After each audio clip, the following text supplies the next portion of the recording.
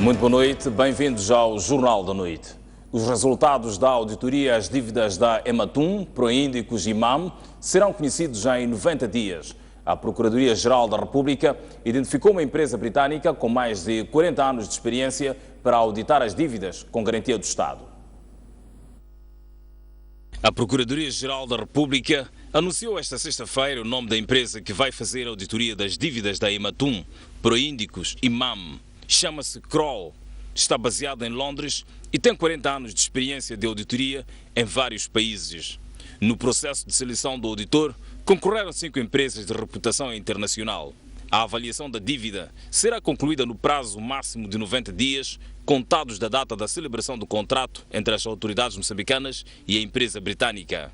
A auditoria internacional e independente é dirigida pela Procuradoria-Geral da República e será financiada pelo governo sueco. Os termos de referência foram definidos pela Procuradoria com o apoio do Fundo Monetário Internacional e da Suécia. O objetivo da auditoria é fornecer à Procuradoria-Geral da República uma análise dos contratos de financiamento e dos fundos obtidos dos mesmos, das aquisições efetuadas, bem como a identificação e análise de eventuais irregularidades na administração e utilização dos fundos. Lê-se no comunicado da Procuradoria-Geral da República. Em outras palavras, pretende-se verificar a existência de infrações de natureza criminal, entre outras, no processo da constituição, financiamento e funcionamento das empresas Proíndico, Empresa Moçambicana de Atum, ou simplesmente Ematum, e a Mozambique Asset Management, famosa MAM. A razão da rapidez do processo, segundo o comunicado da Procuradoria-Geral da República, é a necessidade urgente de restauração da confiança dos doadores, investidores e comunidade internacional para estabilizar a economia nacional. Lembre-se que os parceiros de cooperação cortaram o financiamento a Moçambique devido às dívidas ocultas contraídas com aval do Estado. Salim Valá é o novo presidente do Conselho de Administração da Bolsa de Valores de Moçambique.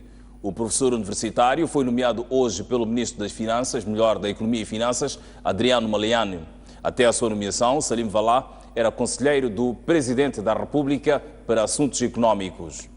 No cargo de PCA da Bolsa de Valores de Moçambique, Salim Valá substituiu Anabela Chabuca, nomeada recentemente pelo chefe de Estado para o cargo de diretora do gabinete da Primeira-Dama. Ainda hoje, Adriano Maliani fez mexidas nas direções provinciais. O Ministro da Economia e Finanças nomeou Castro Namakua para o cargo de diretor provincial da Economia e Finanças de Inhambane, Maria de Lourdes da Fonseca, diretora provincial da Economia e Finanças de Nampula, e Carlos Comissal para a função de diretor provincial de Economia e Finanças em Tete. Exortou hoje os intervenientes do setor da justiça a não ficarem indiferentes perante a onda de assassinatos políticos que vêm sendo registrados nos últimos tempos do país. Filipe Nussi, que falava durante um encontro de saudação por ocasião do Dia da Legalidade, que amanhã se assinala, deixou apelos para que o setor da justiça seja um instrumento da paz. Magistrados, advogados e oficiais da polícia foram esta sexta-feira ao gabinete de Filipe Nussi apresentar uma saudação por ocasião dos 35 anos do Dia da Legalidade. Na sua saudação, a classe juntou uma breve radiografia geral do setor. Ao longo destes 35 anos, em que realizamos as nossas atividades focados nos desafios lançados no Dia da Legalidade, logramos alcançar alguns resultados que apontam para a melhoria da nossa atuação. Feitas as saudações, Filipe Nussi usou da palavra para destacar a importância e o crescimento que o setor da justiça vem registrando no país, mas chamou a atenção para que não seja insensível à atual onda de violência política no país. Uma justiça acessível e efetiva e que seja credível deve ser encarada como um instrumento de paz, um contributo para a paz. Os atos que atentem contra a paz e a soberania do nosso Estado devem merecer a devida resposta nos termos da lei em vigor no nosso país. A máquina judiciária não pode estar indiferente perante as mortes de cidadãos que cada dia são anunciadas. O papel dos órgãos de justiça deve cada vez mais estender-se à prevenção primária através de uma interação permanente com as forças vivas da sociedade até a responsabilização dos atos presentes. O chefe de Estado falou também da atual crise financeira que afeta o país. Filipe Nyusi disse que apesar dos cortes que o Estado está a efetuar, tudo será feito para salvaguardar os interesses do setor da justiça em particular. A conjuntura atual, ditada pela crise econômica e financeira mundial, com reflexos diretos na nossa economia, determinou a tomada pelo nosso governo de medidas de contenção de despesas. Pese tal decisão que afeta a todos os setores da nossa economia, mantemos o compromisso de prosseguir os esforços visando colocar os órgãos de administração de justiça cada vez mais próximos do cidadão, bem assim de melhorar as condições de trabalho dos operadores judiciários. Eficiência, eficácia, proximidade e, acima de tudo, trabalhar em prol da paz foram outros apelos deixados pelo chefe de Estado como guia para as atividades da Justiça. Mais de 16 milhões de redes mosquiteiras serão distribuídas a agregados familiares em todo o território nacional nos próximos 12 meses. O Presidente da República presidiu o lançamento da campanha de distribuição das redes mosquiteiras na província do Niassa. O Ministério da Saúde prevê distribuir cerca de 16 milhões de redes mosquiteiras em todo o território nacional nos próximos 12 meses. A iniciativa do Governo e seus parceiros destina-se à prevenção contra a picada do mosquito, causador da malária, uma doença considerada no país ainda como um problema de saúde pública.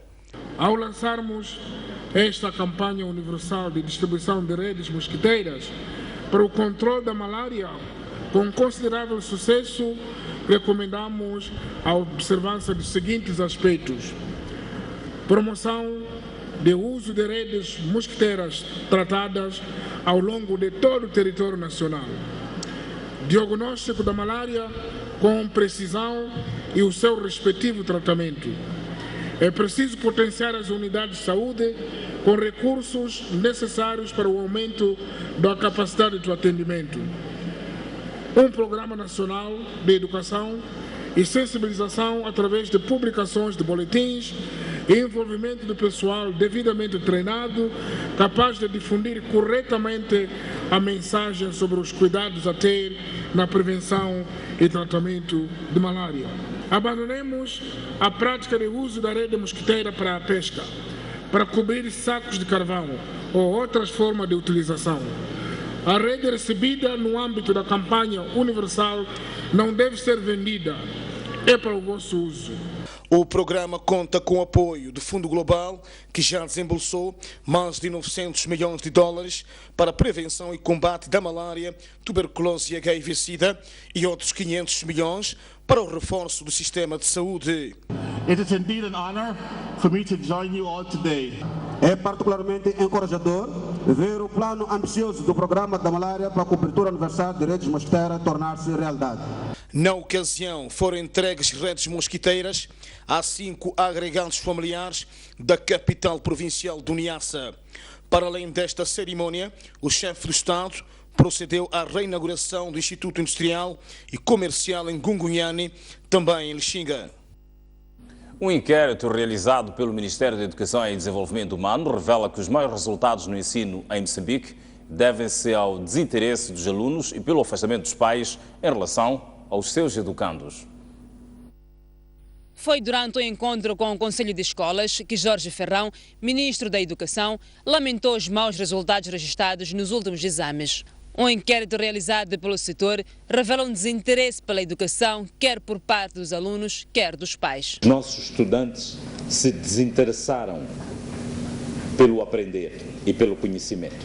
Mais grave foi constatar também junto dos pais que eles também deixaram de acompanhar os seus filhos, se desinteressaram pelos seus próprios filhos. Esta realidade não só nos deixa tristes, mas serve de um cartão vermelho para pais, encarregados de educação e serve de cartão vermelho para todos nós que temos uma responsabilidade junto das escolas. Jorge Ferrão pediu aos conselhos de escola para que sejam mais interventivos nas escolas, de modo que possam travar maus comportamentos. Queríamos pais que chegam à escola e têm coragem de apontar e dizer: professor, o senhor não está a trabalhar com os nossos filhos. E, se possível, termos um entendimento para poder afastar esses professores. Por seu turno, o representante dos conselhos de escolas reiterou o compromisso de ajudar as escolas a serem mais organizadas. O envolvimento dos membros dos conselhos de escola no apoio à gestão da escola pode proporcionar a melhoria da qualidade do ambiente escolar, que terá como consequência a garantia da promoção do sucesso escolar dos educandos. O Ministério da Educação e Desenvolvimento Humano encoraja a participação dos pais e encarregados de educação nas atividades escolares, pois conseguiu provar que essa participação reduz o absentismo quer de professores, assim como de alunos. O Ministério da Educação alerta os pais encarregados de educação que ainda não matricularam os seus filhos que não esperem pelo último dia, pois neste ano poderá não haver prorrogação. 30 de outubro, nós iniciamos o processo das matrículas e essas matrículas vão decorrer até o dia 31 de dezembro. Algumas escolas já não têm vagas, já se matricularam. As outras escolas, os pais continuam em casa à espera do último dia. Eu não sei se vamos ter tempo para fazer prorrogações este ano, porque as aulas vão começar no dia 20 de janeiro. E fazendo isso, não teremos muito tempo para fazer prorrogações. E também não quero que as escolas não estejam organizadas para receber os meninos. Recordar que vamos ter exames que vão acontecer muito breve. Exames da 2ª e 5ª classe. Alfabetização e educação de adultos. Estes exames vão acontecer antes das aulas acabarem. As aulas terminam no dia 16. Mas nós queremos que os exames da 5ª, da 2ª classe decorram antes das aulas acabarem. Isto porque a experiência do ano passado mostrou-nos que terminar o exame, o ano letivo, e dizer às crianças vão lá para casa e depois voltem para fazer exame, o miúdo relaxa. Ele não diz mais nada em casa. No posto administrativo de Inchop, em Manica, cresce o número de raparigas que abandonam o ensino. Só este ano, 47 meninas trocaram as carteiras por casamentos prematuros. As autoridades locais, que mostram-se preocupadas com o crescente número de adolescentes que deixam o ensino, apontam, entre outras razões, os casamentos prematuros e a pobreza como estando na origem da situação. É a gravidez, são gravidezes, e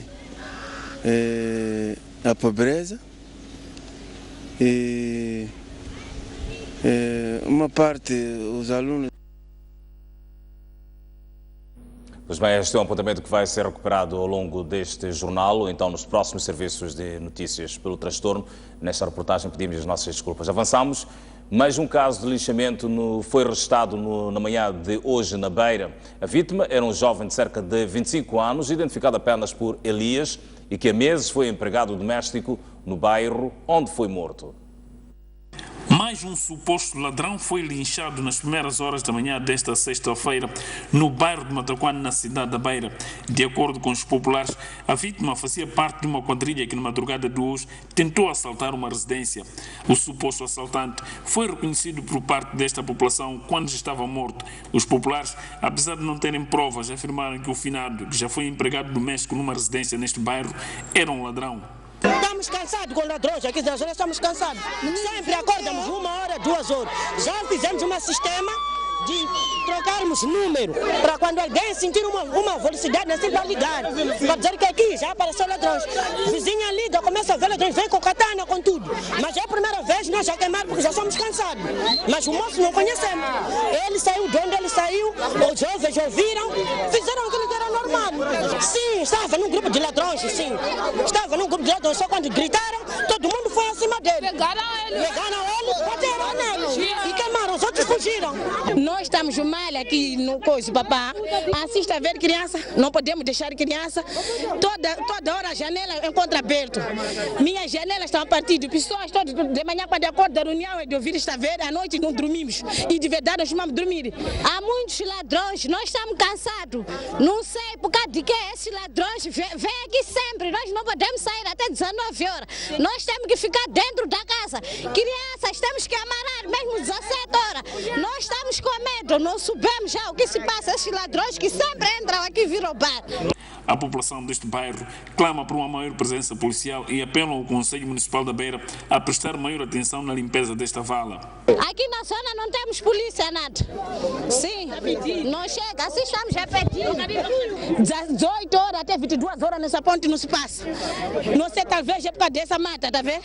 Agora nós estamos a apelar para o governo tirar essa mata. Estamos mal, não podemos. Até 22 horas ou 18 horas tem que devemos amarrar de criança.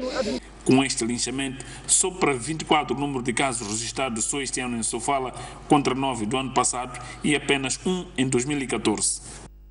O presidente da Assembleia Municipal de Quilimane já reagiu à polémica da alegada ameaça de morte do edil de Quilimane pela membro da bancada da Frelimo, Nilza Gomes Domingos de Albuquerque.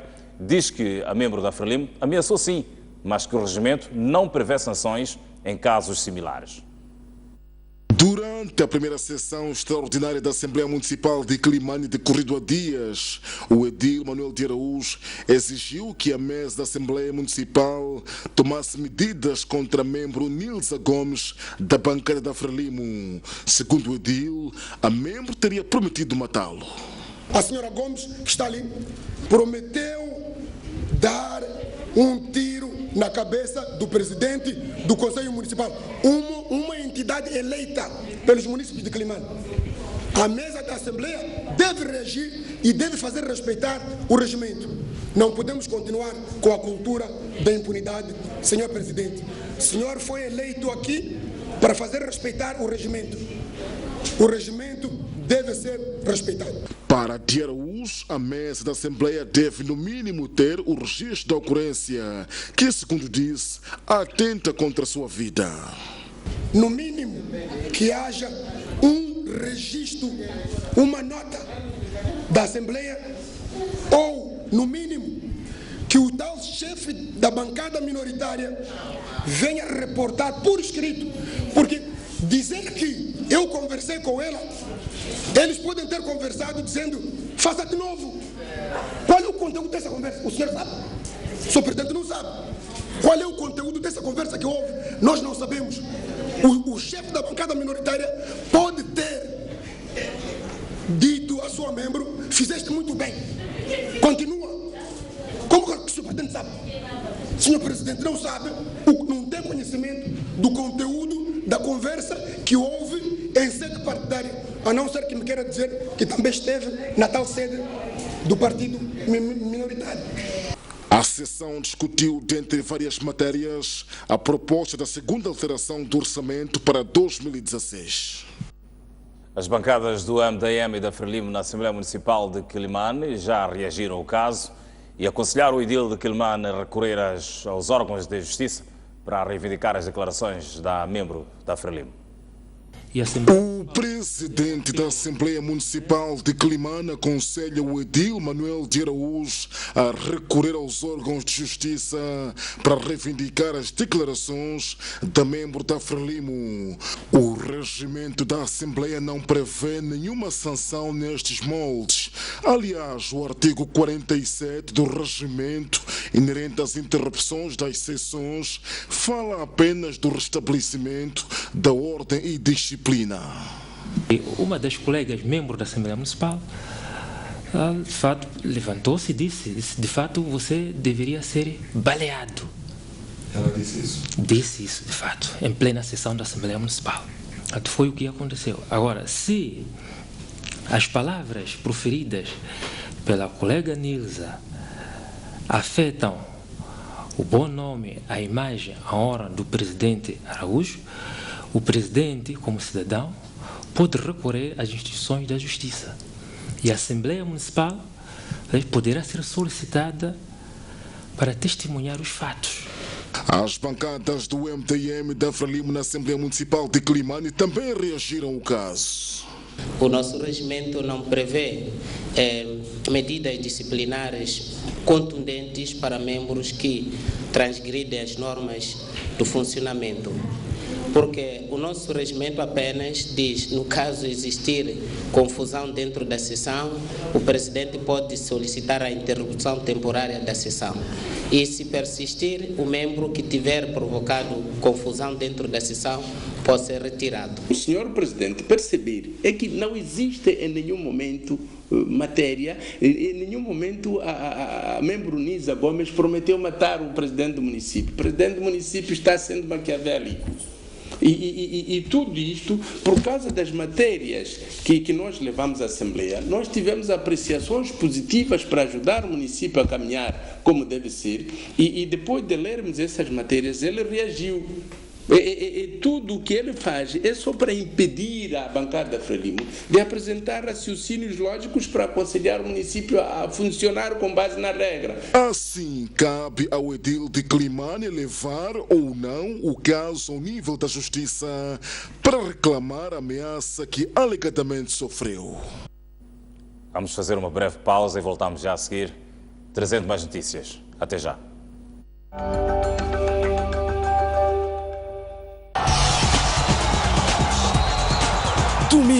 Domingo, você acompanha as principais incidências do final de semana desportivo.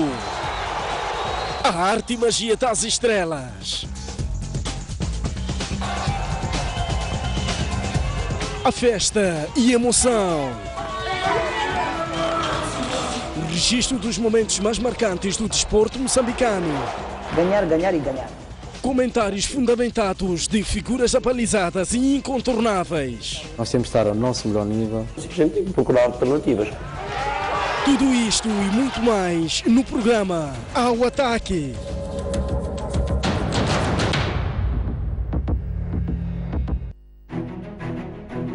Mais um baú. Recordações, momentos épicos, momentos marcantes, grandes vitórias, campeões. Como é que o futebol começou na sua vida e o que é que foi o futebol? Eram todas equipas bem estruturadas com um futebol de se tirar o chapéu. A gente jogava aqui na Baixa, saía da Baixa.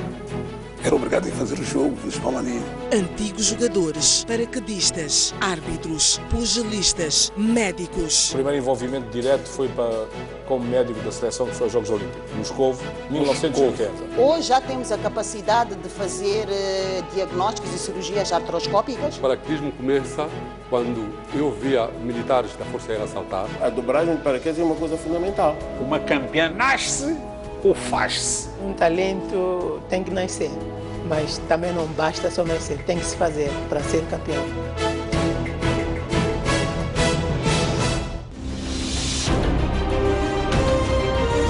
A maior parte para novos tempos e novas esperanças. A grande questão agora é tentar perceber como é que uma obra tão recente desabou.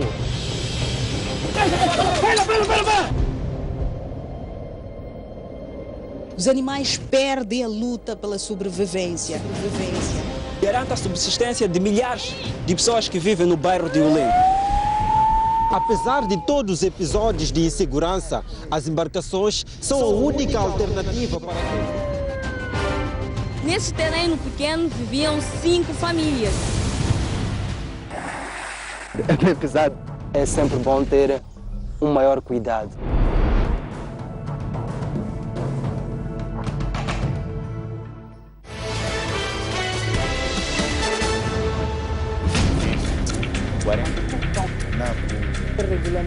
Comece a semana informado sobre os direitos na aquisição de bens e serviços. Hora do consumidor. Qual é a eficiência das autoridades na resposta a cenas de violação dos direitos do consumidor? É uma realidade. Isto não é segredo para ninguém. Na função pública a corrupção é que reina. Mas a minha questão agora é, estou levado porque fiquei todo dia sem trabalhar, porque o mesmo operador tinha problemas técnicos. Quando a gente tem que reclamar, A própria burocracia não. Como agir perante flagrante quebra de direitos do consumidor? Nessas situações, qual é a garantia que é oferecer a lei? A própria lei estipula que quando o processo da adjudicação não lhe favorece, tendo os fundamentos, pode reclamar.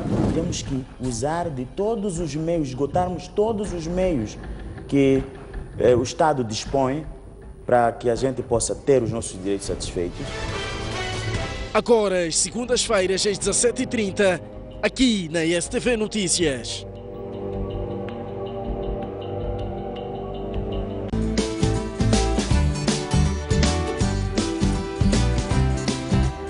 Dicas sobre como cuidar da sua saúde, informações sobre determinadas patologias, modelos de vida saudável. Já tem um canto aqui na STV Notícias. Stress é algo que deixa-nos mal.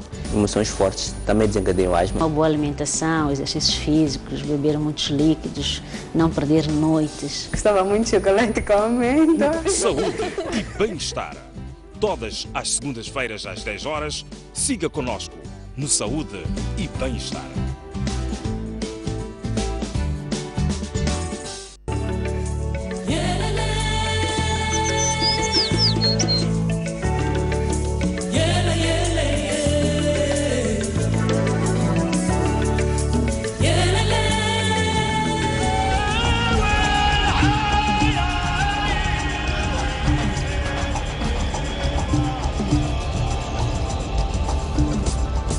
A Casa Velha é um pequeno e histórico espaço de Maputo, carregando em si uma valiosa herança arquitetónica e cultural.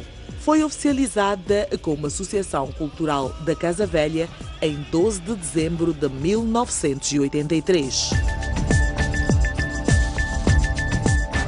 É uma casa onde todos aprendem, onde todos saem daqui com grandes sabedorias, desde o didático até as artes. É na década de 80, onde um arquiteto português de nome Pitu Amaral fazia parte de um grupo de teatro que chamava-se o GATE, que é Grupo Amador de Teatro, e depois, quando ele descobre a casa, vai pedir lá onde ele trabalhava, que era na altura Conselho Executivo.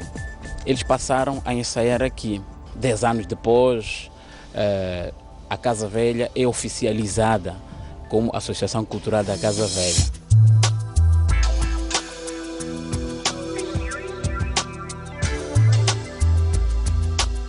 No interior da casa, encontramos um palco com uma estatura baseada de madeira e gesso e vários compartimentos que podem ser usados para exibições de arte, concentração de artistas ou mesmo sala de aulas.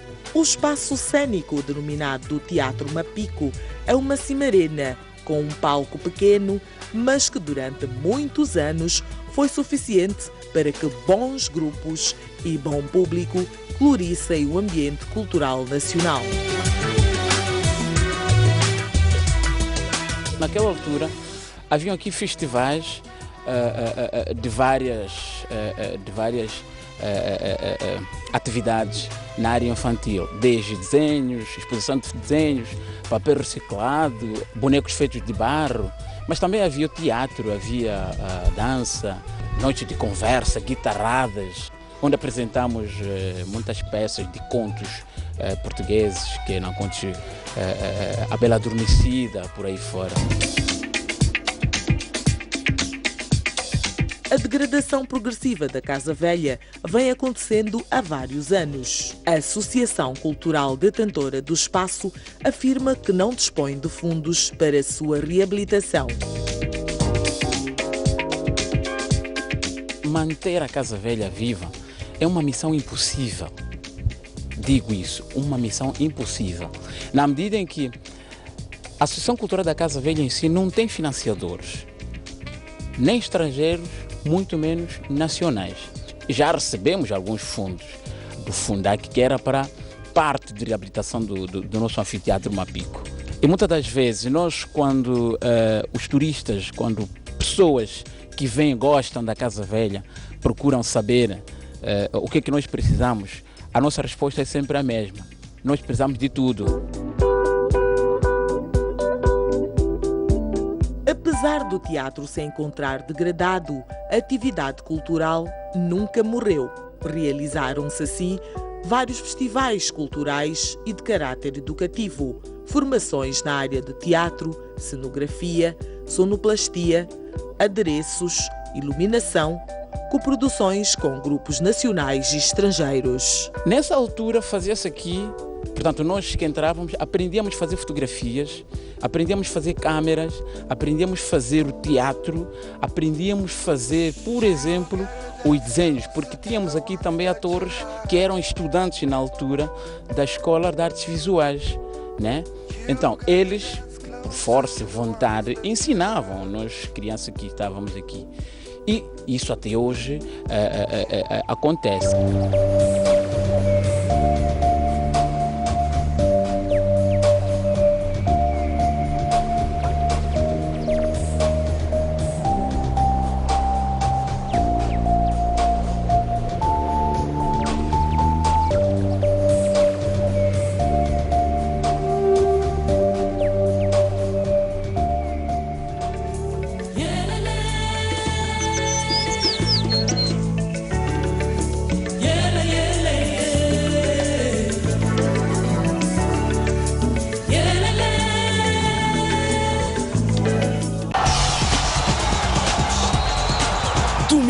Domingo, você acompanha as principais incidências do final de semana desportivo. A arte e magia das estrelas. A festa e emoção. O registro dos momentos mais marcantes do desporto moçambicano. Ganhar, ganhar e ganhar. Comentários fundamentados de figuras apalizadas e incontornáveis. Nós temos que estar ao nosso melhor nível. A gente tem que procurar alternativas. Tudo isto e muito mais no programa Ao Ataque.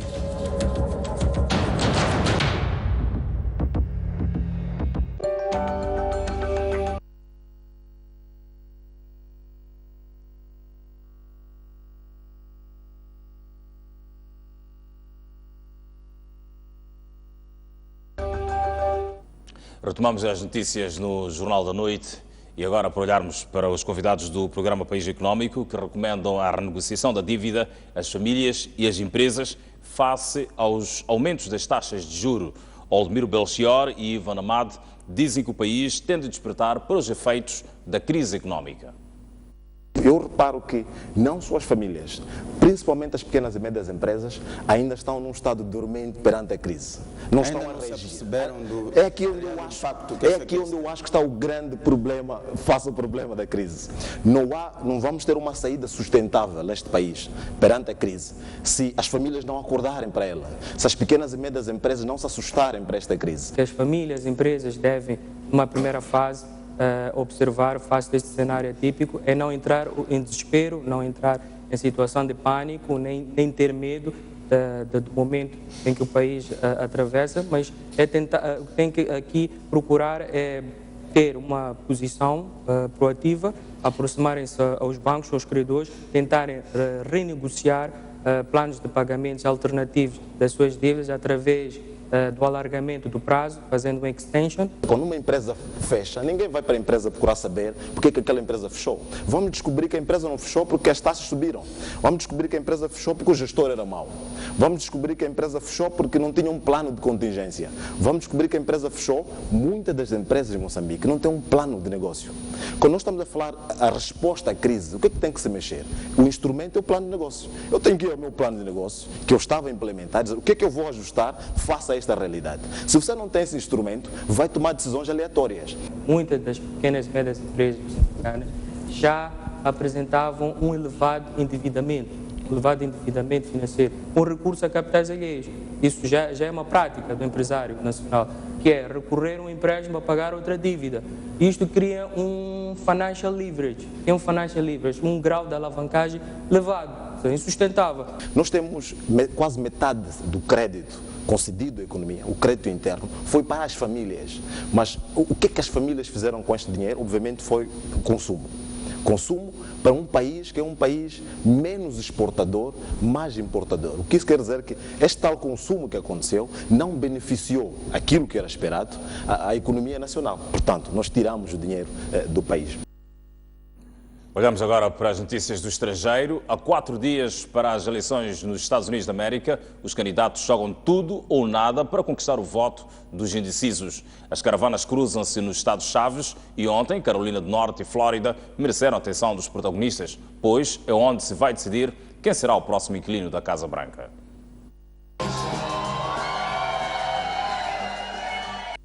A campanha eleitoral nos Estados Unidos foi marcada esta quinta-feira pelo envolvimento da esposa de Donald Trump, que pela primeira vez dirigiu um comício sozinha, o que mereceu destaque na imprensa, e fala do que irá fazer caso seu marido seja eleito.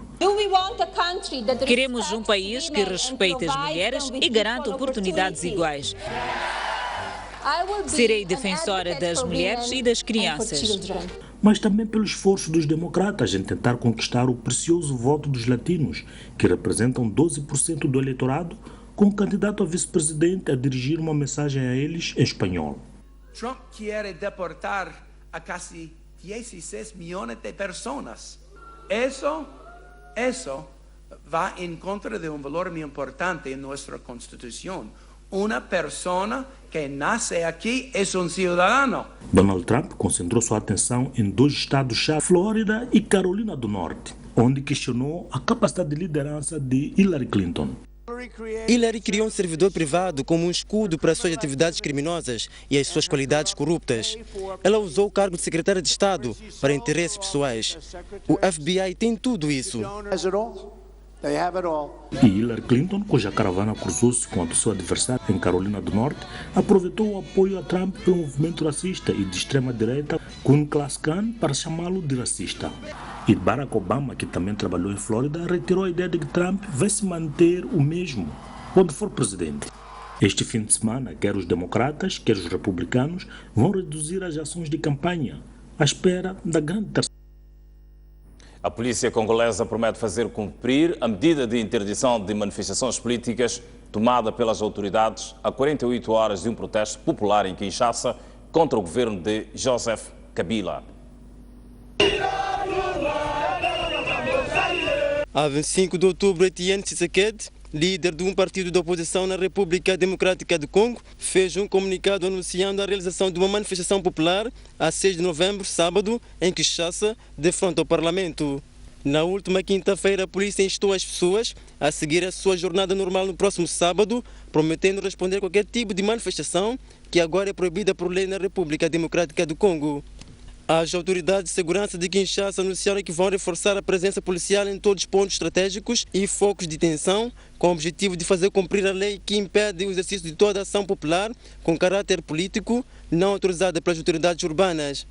A República Democrática do Congo está minada por uma crise política ligada ao adiamento para abril de 2018 das eleições presidenciais que deviam ter lugar no final do ano em curso.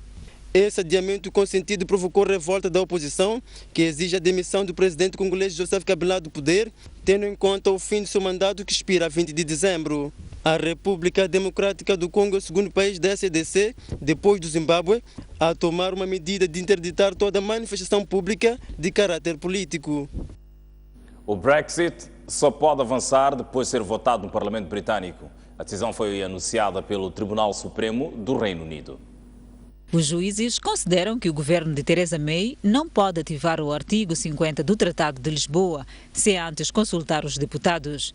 Recorde-se que um grupo de cidadãos interpôs processo no tribunal para evitar que a primeira-ministra iniciasse formalmente as negociações de saída da União Europeia sem consultar o Parlamento. A chefe do Executivo já tinha anunciado que pretendia avançar com o processo até final de março do próximo ano. Esta decisão, no entanto, ainda é passível de recurso para o Tribunal Supremo, ou seja, o processo de saída da União Europeia pode arrastar-se ainda por mais tempo. Em teoria, o Parlamento pode impedir totalmente o Brexit, um desfecho que iria contra 52% do povo britânico que votou pela desfiliação da União Europeia na consulta popular de junho último. O presidente sul-africano Jacob Zuma está no Zimbábue para um encontro bilateral com seu homólogo Robert Mugabe. A tónica do encontro está no melhoramento dos fluxos de investimento para os dois países. Jacob Zuma chegou ontem a Harare para um encontro da Comissão Binacional África do Sul-Zimbábue. Robert Mugabe disse na reunião inaugural que espera ver reforçado o investimento de empresários dos dois países. O presidente sul-africano, Jacob Zuma, disse que os dois países devem utilizar a Comissão Binacional para dar impulso estratégico à cooperação. Os dois chefes de Estado enfrentam situações internas difíceis.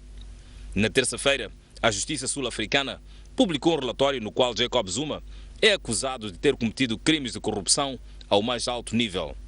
Zuma é apontado como culpado pela derrota do ANC nas eleições municipais, realizadas meses depois de ter sido obrigado a devolver parte dos 246 milhões de randes usados indevidamente na reabilitação da sua residência particular.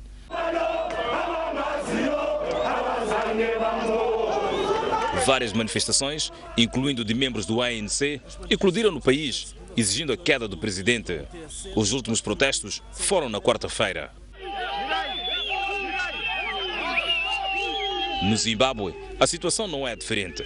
Robert Mugabe é contestado desde 2009, quando o país registrou uma mega inflação que obrigou o governo a retirar da circulação sua moeda nacional. A oposição zimbabuiana, incluindo membros veteranos da ZANU-PF, exige Mugabe fora do poder e eleições antecipadas. A polícia, por várias vezes, recorreu à força para dispersar os manifestantes, até ser instituída uma lei que impede protestos públicos. Fazemos agora mais uma breve pausa e agora para olhar para o estado de tempo para as próximas 24 horas do país, no dia em que Tete poderá ser a cidade mais quente do país com 40 graus Celsius de máxima, Maputo com a previsão de 32 graus Celsius de máxima, uma mínima de 22 graus, para Xai-Xai a previsão de 34 de máxima, mínima de 22, 31 de máxima previstas para Inhambane e uma mínima de 20 graus. Para Beira, uma máxima prevista de 32 graus Celsius, uma mínima de 23, 34 de máxima para Chimoio, 18 de mínima, 35 de máxima para Quilimane, 23 de mínima. Tete, já referenciamos, 40 graus Celsius de máxima, uma mínima de 24 graus. Nampula com a previsão de 35 graus Celsius de máxima, uma mínima de 22 graus. Para a cidade de Pemba, uma máxima de 30 graus Celsius previstos, uma mínima de 23 graus. E Lixinga volta a ser a cidade mais fresca do país, com 28 graus Celsius de máxima e uma mínima de 16 graus.